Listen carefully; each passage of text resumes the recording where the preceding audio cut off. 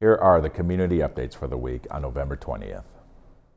The City of Grand Rapids has launched a new grant program for small businesses negatively impacted by the pandemic, it announced on Tuesday. Eligible businesses qualify for up to $5,000 each. The program's grants will support for-profit businesses meeting the city's criteria. Among them are having a physical location, 25 or fewer employees, a location within its general target area, and others listed on its website. Funding for the grant program comes through $1 million in federal support from the U.S. Department of Housing and Urban Development. The program's application and full details are available on the city's website. The City of Grand Rapids also announced Tuesday that it's adjusting many of its services to align with the Michigan Department of Health and Human Services' latest order. Through December 8th, most city buildings will be closed to walk-in traffic.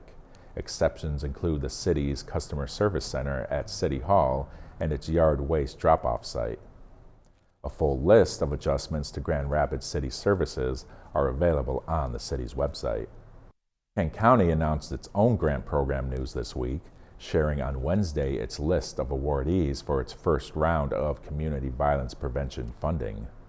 7 local nonprofits received grants ranging from $15,000 to $150,000 as part of the county's Community Violence Prevention Grant Program. Heart of West Michigan United Way partners with Kent County to administer the funds.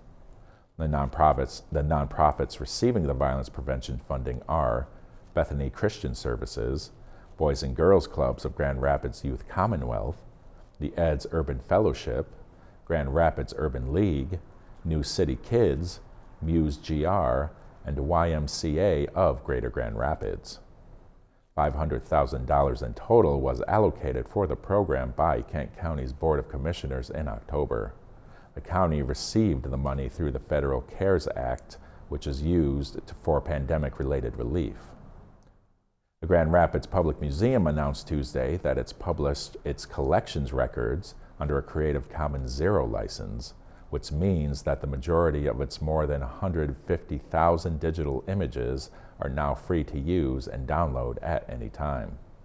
The GRPM's collections records include photographs of artifacts and specimens, scans of photographs, catalogs, and more. They're now available to view and download for personal or educational use at grpmcollections.org. Through the museum's collections website, residents are also able to contribute to its ongoing community documentation project about local life during the pandemic. Submissions can include stories, videos, or photos. The Grand Rapids Public Library announced Wednesday that its branches will return to curbside pickup and online services only, starting on November 23rd. The branch hours for the GRPL's curbside pickup services are available on its website, as well as its variety of online resources. The Rapidian encourages local residents to share their own stories related to civic, economic, and public health developments in the Grand Rapids area on the Rapidian's platform.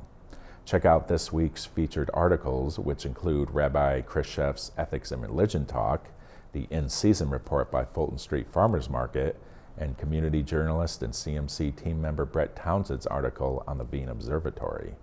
To get started as a community reporter, visit therapidian.org/write. This video is supported by the Michigan Council for Arts and Cultural Affairs, the Lowell Arts Center, and the National Endowment for the Arts, and is brought to you by the Rapidian, GRTV, and the Grand Rapids Community Media Center. Please take care of yourself.